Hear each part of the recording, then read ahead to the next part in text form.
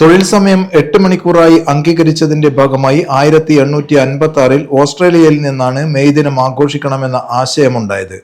ലോകത്താകമാനം തൊഴിലാളി ദിനം ആചരിക്കുമ്പോൾ തൊഴിലാളികളെ അടിമകളാക്കുന്ന BJP ഭരണത്തിനെതിരെ പോരാടുക എന്ന മുദ്രാവാക്യവുമായി കണ്ണൂരിൽ CITUവിന്റെ നേതൃത്വത്തിൽ മെയ് ദിന റാലി നടത്തി.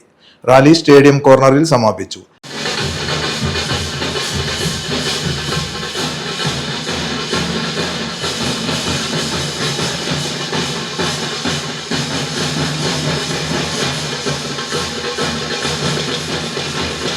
തുടർന്ന് നടന്ന സമ്മേളനം CITU സംസ്ഥാന സെക്രട്ടറി KP സഹദേവൻ ഉദ്ഘാടനം ചെയ്തു.